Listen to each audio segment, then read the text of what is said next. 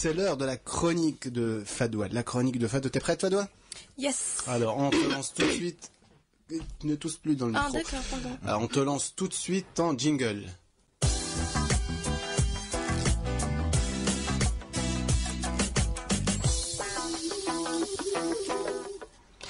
Nous les attendions, nous les espérions, nous les avons. Ils sont là. Non, je ne parle pas du nouveau gouvernement. Je ne parle pas des investissements étrangers ni des touristes non plus. Bon, tiens, je parle de l'événement le plus important au monde. Les sols.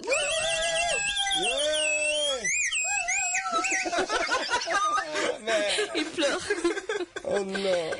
Comme toute femme tunisienne qui se respecte et qui n'a pas les moyens d'une députée pour frimer et faire son shopping chez Tati de Barbès, je suis contrainte de shopping local durant les soldes. J1, première destination. Le magasin des Men in Black. Vous savez, celui où tous les vendeurs sortent du même moule, tous coincés et tous de noir vêtus. Ils te regardent de travers comme si tu étais une lépreuse, si tu as l'idée de débarquer en jean et basket dans la boutique. Et donc, pour me faire respecter par les vendeurs coincés, je me suis mise sur mon 31 et j'ai même osé les talons 12 cm, pour vous dire. Je débarque, la foule est en délire. Bon, tiens, je crois qu'il y a vraiment de très bonnes affaires par ici. Des illusions. Au fur et à mesure que je découvre les rayons, mon rêve de fashionista se dissipe. Il n'y avait pas moins de 3 chiffres avant la virgule. Mais... Une pancarte affiche tout à 99,9 dinars. Je me précipite vers la cible, je tombe sur un tas de vêtements moches, laid, horribles, jetés en vrac comme on en voit dans une poubelle. C'est à ce moment-là que je me suis sentie seule, très seule avec mes 100 dinars. J'étais mal dans ma peau. Je suis là. J'étais mal dans mes talents.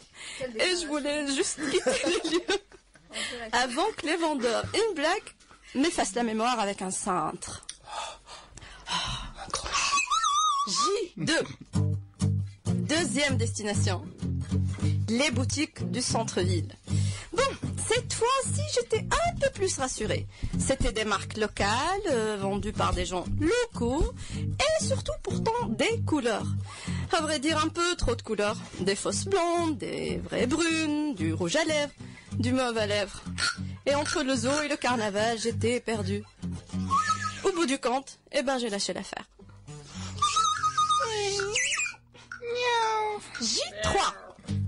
Troisième destination. Les souks, ou la souek. Bon, tout compte fait, je vais pas en parler parce que je vais mettre mal à l'aise pas mal de chopeuses. J4. Quatrième destination. Les fripes. Pour y aller, il faut obéir à la règle tacite du déguisement. Il ne faut pas se faire reconnaître par les hordes de bourgeoises fauchées, sinon gare au ragot. Et donc, je mets ma casquette, mes lunettes solaires, Dolce et Jules Bénin. Et